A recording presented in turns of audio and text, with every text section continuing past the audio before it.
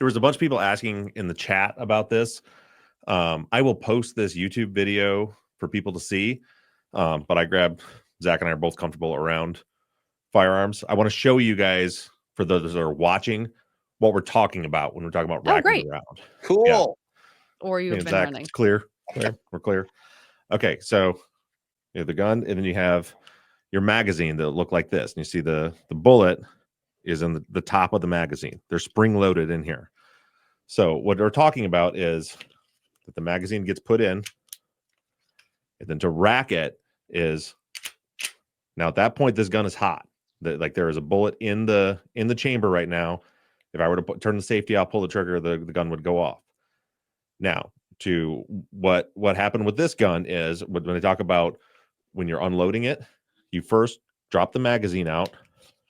So there's the rest of the bullets are here. But there's still a round in the chamber. Right. That other round is still in here. So in order to get rid of it, you rack it again, and I'm going to let it flop out.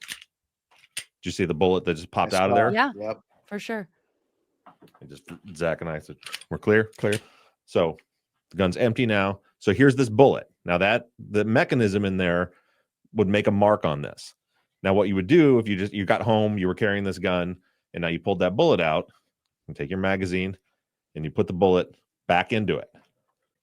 Just to be clear, Zach is on the other side of Bob. It looks like they're like the cameras are backwards. The cameras are backwards. I am on the other side of the table. No, he is not pointing a hot gun at Zach. Even though the gun looks like it's facing me in the video, thank you for caring, and thank you for that note, because gun safety is pointed the opposite direction of Zach. Yeah, Zach is over there. So that's what they're talking about, racking the round. That's what we're talking about. That would be to eject it to come out, and that would be also, kind of one of the theories that we had about why there would be an unspent round would be if they were now at this point. I do not have the magazine in there.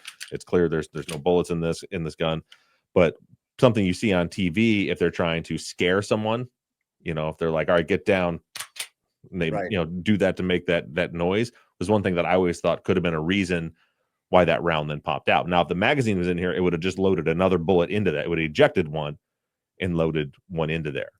But that process that I just showed you, where he ejected that bullet, when they tested the unspent round from the crime scene, they weren't able to replicate those marks by doing that. They had to fire it, which is a different process. But in that case, instead of me doing this manually, racking the round, the pressure from when the bullet goes out, the explosion, the explosive force actually pulls this slide back like that, and that ejects the empty shell out of the gun.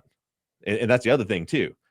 The bullet they're testing was a bullet that looked like this, a casing with a round in it. The one that they were able to get sufficient agreement on was an empty casing that did not have a bullet in it anymore, because they fired it.